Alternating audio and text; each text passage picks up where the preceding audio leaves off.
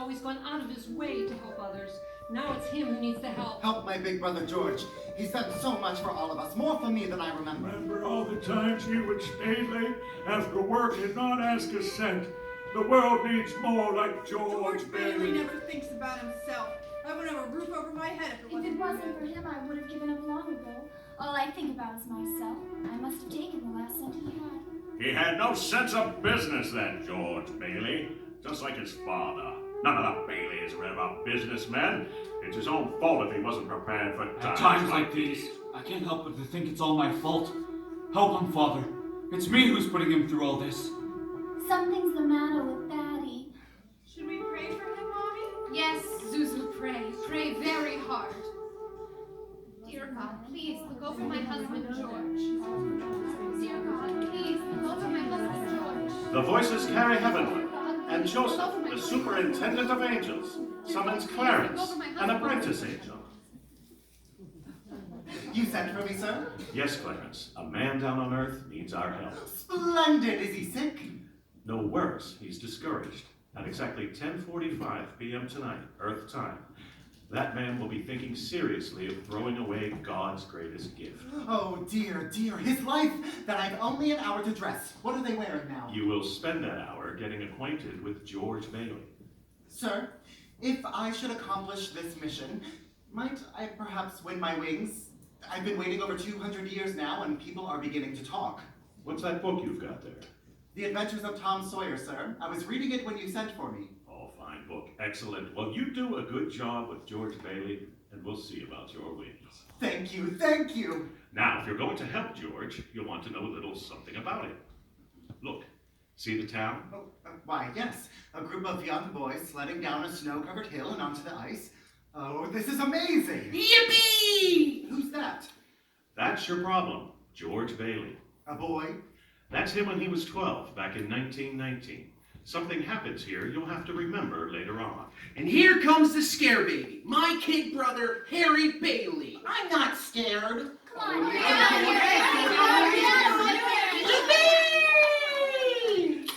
Oh, oh, oh, oh.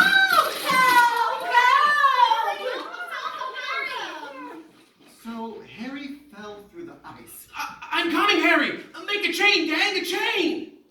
So he fell through the ice, but his brother saved him. That's right, Clarence. And ever since, George has had a bad ear. All that icy water, you understand. Bad ear, yes, sir. The other event came a few months later. George took an after-school job at Old Man Gower's drugstore. It's me, Mr. Gower, George Bailey. You're late. Yes, sir. Hello, George. Hello, Mary. Hello, Violet. 2 cents worth of shoelaces, Violet. Mary was here first. I'm still thinking. Shoelaces? Please, Georgie. I like him. You like every boy. What's wrong with that? Here you are. Bye, Georgie. See you later, Mary. Made up your mind yet, Mary? I'll take chocolate. With coconuts? I don't like coconuts. You don't like coconuts? Say, brainless, don't you know where coconuts come from? Look it. From Tahiti, Fiji Islands, the Coral Sea. What's that you got there? A new magazine? I never seen it before. Well, of course you never. Only us explorers get it. I've been nominated for membership in the National Geographic Society. Let me get your ice cream. Is this the ear you can't hear on? George Bailey, I'll love you till the day I die. I'm going out exploring someday, you watch. And I'm going to have a couple of harems and maybe 3 or 4 wives. Wait and see. George! George! Oh, yes, sir. You're not paid to be a canary. Yes, sir. Goodbye, George. Goodbye, Mary.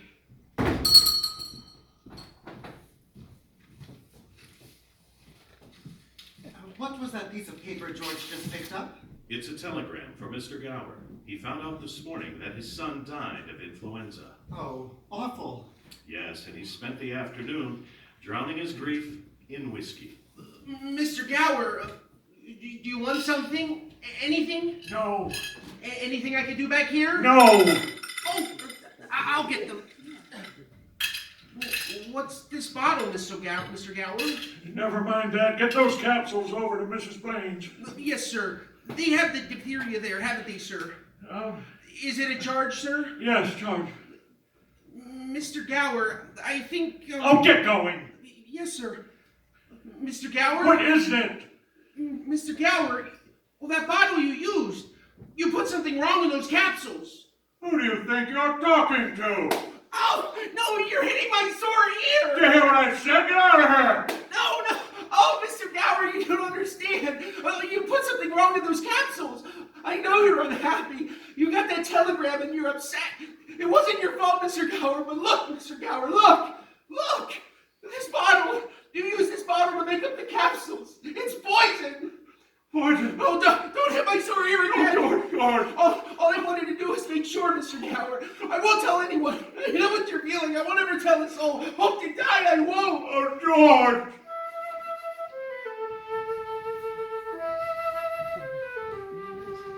Did he ever tell anyone about those pills?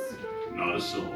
Did he ever marry that girl? Did he ever go exploring? We'll get there soon enough, Clarence. Now, when George Bailey grew up, he wanted to go to college, but there just wasn't the money. So he worked 4 years in the Building and Loan Association. Building and Loan Association? George's father was in the building and loan business, along with George's Uncle Billy. George, what's the combination to the safe? We wrote it down so you wouldn't forget it. Oh, that's right. Where? Your wallet, Uncle Billy. Thanks. A lovable fellow, just forgetful is all. Who's that? That's Henry F. Potter, the richest and meanest man in all the county. Peter, Potter's here. Mr. Bailey, there's nothing more loathsome than a family business. Now, Peter, you know what I'm here for, and I'm on a very tight schedule. A family to evict at 3. Okay then, Mr. Potter, now here's the thing. I just need a little more time, just 30 short days. I'll dig up that 5,000 somehow. Have you put any real pressure on those people of yours to pay their mortgages? Times are hard, Mr. Potter. A lot of people are out of work. Then foreclosed. I can't do that. These families have children. They're not my children, but they're somebody's children, Mr. Potter. Are you running a business or a charity ward? Well, all right, but not with my money. Mr. Potter, what makes you such a hard-skulled character? You have no family, no children. You can't begin to spend all the money you've got. Oh, I suppose I should just give it to miserable failures like you and that idiot brother of yours to spend for me. He's not a failure. You can't say that about my father. George. Well, you're not. You're the biggest man in town. Thank you, George. We'll talk tonight. Don't let him say that about you, Pop. Tonight. What kind of business are you running here? Good God, man.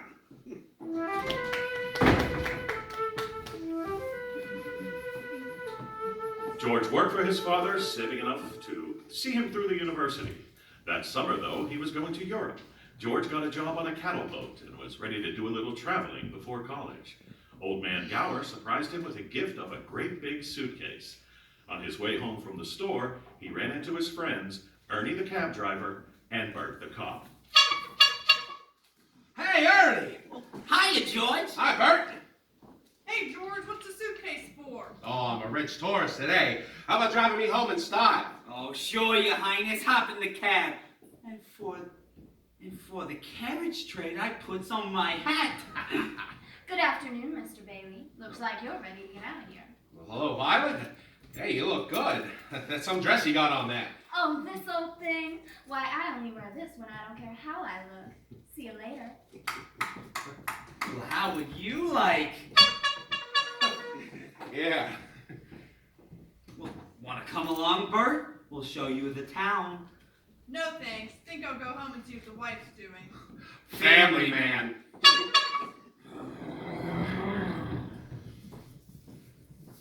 George saved up money to go away to college. His bags were packed, and he was all set to go. Boy, oh boy, oh boy. It's hard to realize it's the last night in the Bailey boarding house. We're sure gonna miss you, George. I'm gonna miss you too, Pop. Hey, what's the matter? You look tired. Oh, I had another tussle with old Henry Potter today. Oh. I thought when we put him on the board of directors, he'd ease up on us. I wonder what's eating that old money-grubbing buzzard anyway. Oh, he's a sick man. Frustrated and sick. Sick in his mind, sick in his soul, if he has one. Hates everybody that has anything he can't have. Hates us mostly, I guess. Hey, George, can I borrow your tuxedo studs? Yeah, help yourself. Well, where are they? In your suitcase? I'm not taking a tuxedo on a cattle boat, you know. Say, where'd you get that fine piece of luggage anyway? Ah, Mr. Gower, a going away present. One of these days, you're going to see that bag all covered with travel labels. Italy, Baghdad. Say, why don't you come out to the dance tonight? What, and be bored to death? Well, you couldn't ask for a better death. Lots of pretty girls. Hey, I've got to run. I sure wish we could send Harry to college with you, George. Oh, well, we have that all figured out. You see, Harry will take my job at the building alone, work there 4 years, and then he'll go. He's pretty young for that job. Well, no younger than I was. You were born older, George. I suppose you've figured out what you're going to do when you get out of college. Oh, well, you know what I've always talked about. Building things, designing new buildings, plan modern cities. Still after that first million before you're 30. No, I'll settle for half that in cash. Of course, I know it's just a hope, but you wouldn't consider coming back to the building alone, would you? I know it's early to talk about it. No, I couldn't face being cooped up for the rest of my life in that shabby little office. I'm sorry, Pop. I didn't mean that remark. But this business of nickels and dimes and spending your life trying to figure out how to save 3 pennies on a length of pipe, I'd go crazy. I mean, I want to do something big, something important. You know, George, I feel that in a small way we are doing something important. Satisfying a fundamental urge. It's not too much for a man to want his own roof and walls and fireplace. And we're helping him get those things in our shabby little office. And I know, Dad. I wish I felt... Well, I've been hoarding pennies like a miser in order to... You know, most of my friends have already finished college. I feel like if I don't get away, I must. Yes, you're right, boy.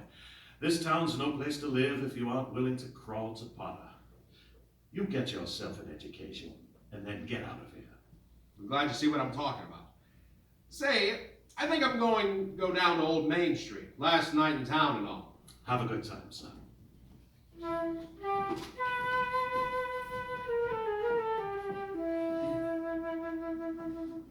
Who's that? Why, that's Violet Pick. The little girl from the candy counter? That's right. Hello, George and Georgie. Hello, Vi. What gives? Oh, nothing. Where are you going?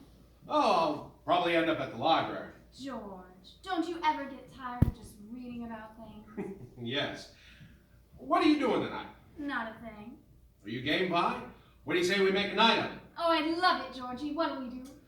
Let's go out in the fields and take off our shoes and walk in the grass. Huh? Then we can go up to Stewart Lake. It's beautiful up there in the moonlight. And we can swim. Then we can climb Mount Bedford and smell the pines and watch the sunrise against the peaks. And we'll stay up there the whole night and everybody will be talking and there'll be a terrific scandal. George! Have you gone crazy? Walk in the grass in my bare feet. Why, it's 10 miles up there to Mount Bedford. You think just because you... Oh! Okay, just forget about the whole thing then. Forget about what, George? Oh, nothing, Sam. Hey, you remember Mary, don't you? Hi, George. Hi, Mary. Say, you wouldn't mind walking Mary home, would you, George? Well, of course not. Is that okay with you, Mary? Fine by me. Great, thanks.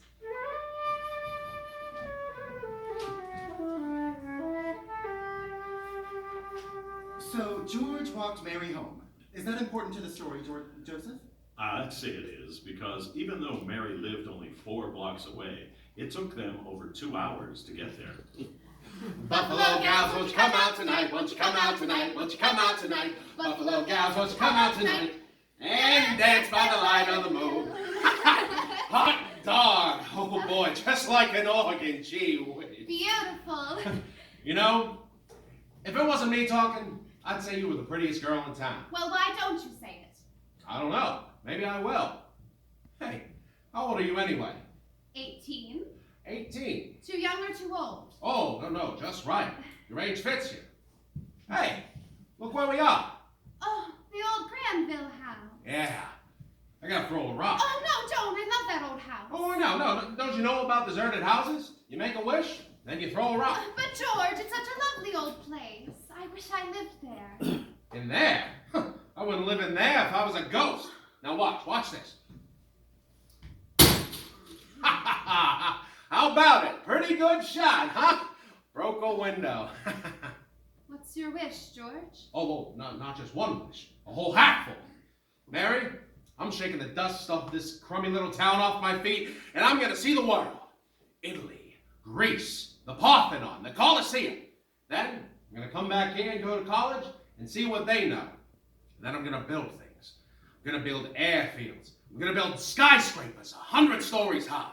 I'm gonna build bridges a mile long, and then I'm gonna... Hey, what? You're gonna throw a rock too? Whew. Well, that's pretty good. What'd you wish for, Mary? Oh no, if I tell you, it might not come true. Hey, Mary, come on. What do you want, huh? You want the moon? All you gotta do is just say the word now. Okay, the moon. I'll take it. And then what? Then what? I'll throw a lasso around it and pull it down. Then you can swallow it, and it'll all dissolve, see? And the moon beams will shoot out of your fingers and your toes and the end of your hair, and... Am I talking too much? Yes! Why don't you kiss her instead of talking her to death? Well, who's that? Old man Collins on his front porch. Oh, youth is wasted on the wrong people.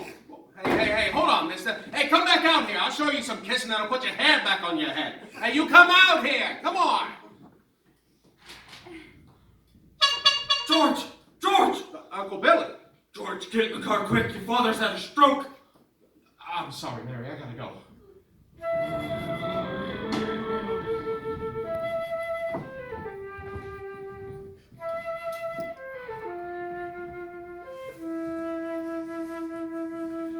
George's father died that night, Clarence. So, of course, George couldn't go to Europe. But that fall, just as he was ready to leave for college, the directors of the building and loan held a meeting. They were going to appoint a successor. I want the board to know that George gave up his trip in Europe to help straighten things out here for the past few months, and it was greatly appreciated. I think that's all we'll need from you, George. Good luck to you at school. I know you're anxious to make a train. Yeah, I have a taxi waiting downstairs. Mr. Chairman, I'd like to get to my real purpose. I claim this institution is not necessary to this town. Therefore, Mr. Chairman, I make a motion to dissolve the building and loan and turn its assets and liabilities over to the receiver. It's too soon after Peter Bailey's death to discuss chloroforming the building and loan. It was his faith and devotion that are responsible for this organization. I'll go further than that. I'll say that to the public, Peter Bailey was the building and loan. Oh, that's fine coming from you, Potter. Considering you probably drove him to his grave. Peter Bailey was not a businessman. That's what killed him. Oh, I don't mean any disrespect to him, God rest his soul. He was a man of high ideals, so-called, but ideals without common sense can ruin this town. And what does that get us? A discontented, lazy rabble instead of a thrifty working class. And all because a few starry-eyed dreamers like Peter Bailey stir them up and fill their heads with a lot of impossible hooey. Now Just a minute. Now, hold on, Mr. Potter. You're right when you say my father was no businessman. I know that. Why he ever started this cheap penny-ante building alone, I'll never know. But neither you nor anybody else can say anything against his character. Because his whole life... Well, why, in the 25 years since he and Uncle Billy started this thing, he never once started himself. Isn't that right, Uncle Billy? You got that right. He didn't save up enough money to send Harry to school, let alone me. But he did help a few people get out of your slums, Mr. Potter. And what's wrong with that? Why, look here, you're all businessmen here. Doesn't it make them better citizens? Doesn't it make them better customers? You said, what'd you say a minute ago? They had to wait and save them more money before they even ought to think of a decent home. Wait? Wait for what? Until the children grow up and leave them? Until they're so old and broken down that they... Do you know how long it takes a working man to save $5,000? Just remember this, Mr. Potter, that this rabble you're talking about, they do most of the working and paying and living and dying in this community. Well, is it too much to have them work and pay and live and die in a couple of decent rooms and a bath? Anyway, my father didn't think so. People were human beings to him. But to you, a warped, frustrated old man, they're cattle. Well, in my book, he died a much richer man than you'll ever be. I'm not interested in your book. I'm talking about the building and loan. I know very well what you're talking about. You're talking about something you can't get your fingers on, and it's galling at you. That's what you're talking about. Well, I've said too much. You're the boy here. You do what you want with this thing. But just one more thing, though. This town needs this measly one-horse institution, if only to have some place where people can come without calling the potter. Come on, Uncle Billy. Sentimental hogwash. I want my motion. They're just coming out of the board meeting. I'll have to call you back.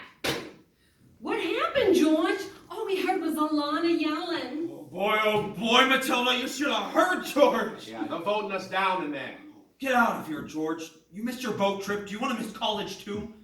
Don't worry about the board. They're putting us out of business. So what? I can still get another job. I'm only 55. You're 58. George, they voted Potter down. We're still in business. What? Whoopee, we're still in business. We're still in business. But there's one condition, George. They've appointed you to take your father's place. What? Appoint me? But I'm going to college. Uncle Billy, he's your man. Well, you can keep him on. That's all right. Well, now, let's get this thing straight. I'm leaving. I'm leaving right now. I'm going to school. This is my last chance. But George, you've got to take it. They'll vote Potter otherwise.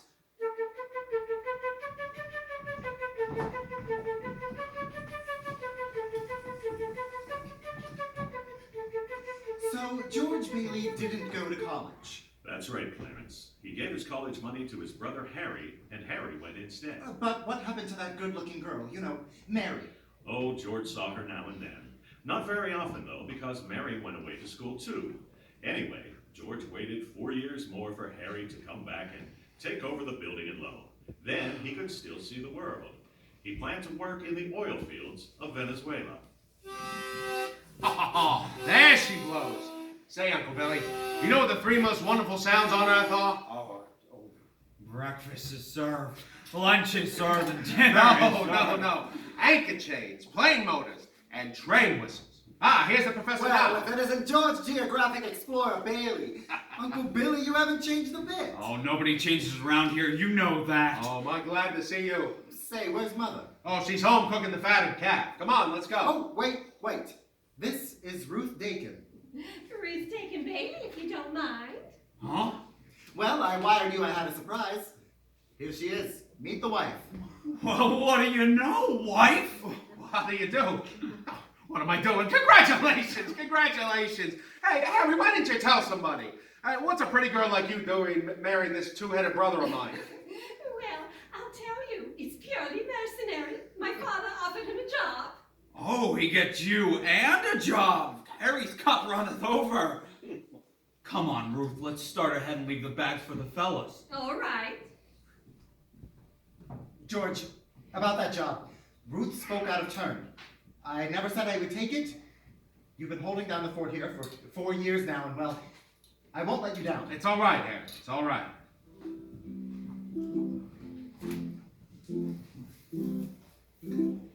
And that night, the homecoming for Harry became his wedding party.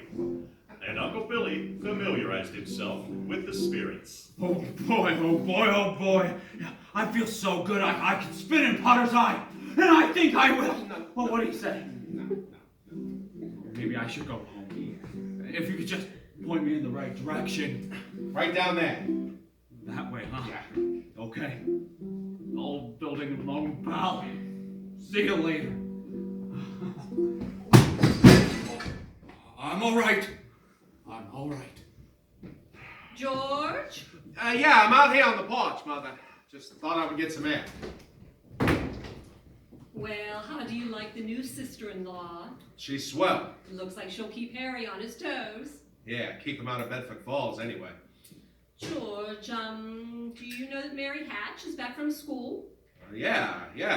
Nice girl, Mary. Uh-huh. Oh, stop grumbling. Give me one good reason you shouldn't call on Mary.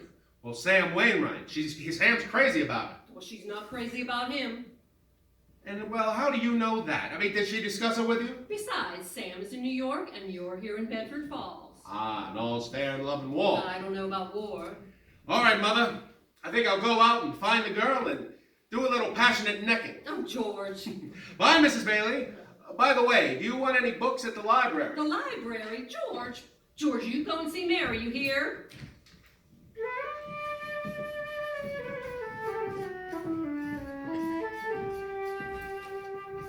Hello, George. Oh, hello, Mary. I just happened to be passing by. Your mother just phoned and said you were on your way over to pay me a visit. My mother just called you? Well, how did she know? Well, Look, I didn't tell anybody. I just went for a walk and happened to be passing by. What do you... I went for a walk, that's all. When did you get back? Tuesday. Oh. Would you like to come in? Oh, yeah, sure, I guess, since I'm here. Say, where'd you get that dress? Do you like it? It's all right. Thought you'd go back to New York with Sam and Francie and the rest of them. Oh, I worked there a couple of vacations, but I don't know. I guess I was homesick. Homesick for Bedford Falls? Yes, and my family and... oh, everything. Would you like to sit down? All right, for a minute. Still can't understand it, though. You know, I didn't tell anybody I was coming here. Would you rather leave? No, I don't want to be rude.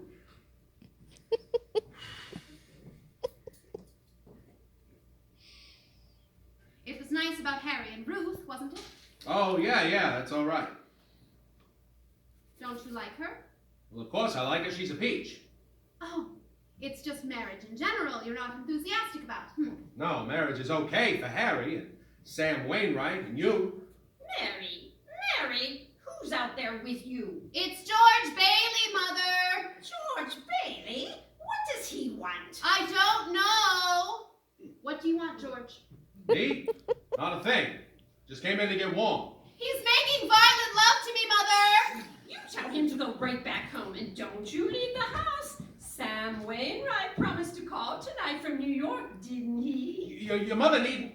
You know, I didn't come here to What did you come here for? Oh, but I don't know. You tell me. You're supposed to be the one with all the answers. You tell me. Oh, why don't you just go home? Well, that's where I'm going. Don't know why I came here in the first place.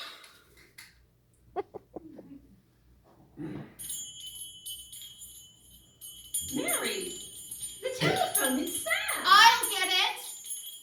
Hee-haw. Hello, Sam. How are you? Oh, great. Gee, it's good to hear your voice again. Oh, well, that's awfully sweet of you, Sam. There's an old friend of yours here, George Bailey. You mean old Mossback George? Yes, old Mossback George. Hee-haw, put him on. Wait a minute, I'll call him. George! He doesn't want to speak to George, you idiot. He does so. He asked for him. George, Sam wants to speak to you. Hello, Sam. Hey, I found how you are. What are you trying to do, steal my girl? What do you mean? Nobody's trying to steal your girl. Oh, wait a minute. I want to talk to both of you. Tell Mary to get on the extension. Mother's on the extension. I am not. We can both hear you! George, just put your head a little closer.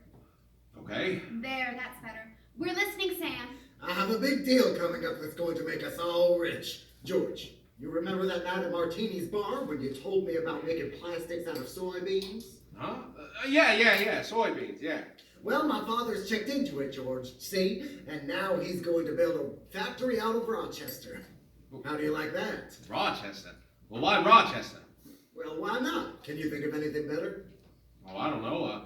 Why not right here in Bedford Falls? You remember that old tool and machinery works? You tell your father he can get that for a song. And all the labor he wants, too. Half the town was thrown out of work when they closed down. That's so. Well, I'll tell him. Hey, that sounds great. Oh, baby, I knew you'd come through. Now, here's the point, George. I may have a job for you, that is, unless you're still married to the old broken-down building in London. Mary? Oh, I'm here. You tell that guy I'm giving him the chance of a lifetime, you hear? He says it's the chance of a lifetime. Give me that phone. Now, you listen to me, Mary. I don't want any plastics. I don't want any job. I don't want to get married, ever. To anyone. You understand that? I want to do what I want to do, and you're not going to... Oh, Mary. George! Mary, I love you, Mary. George, I love you too.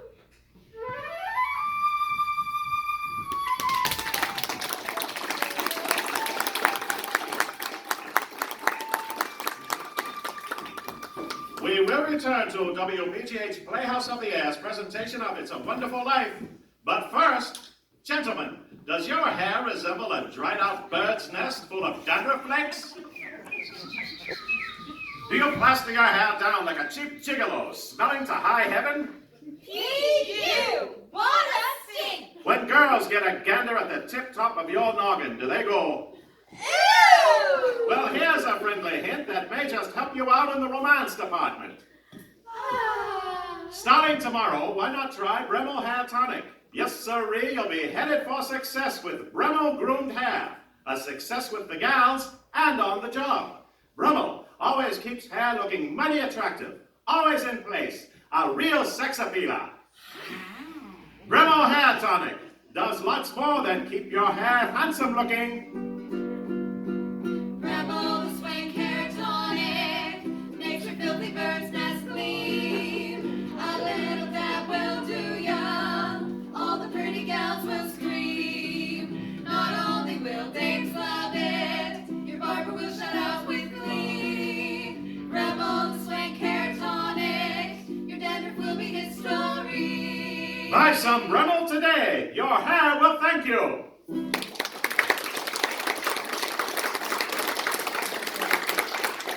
We will now take a short break for local news and station identification. And we're off. 15 minutes till we're back on the air. 15 minutes to places.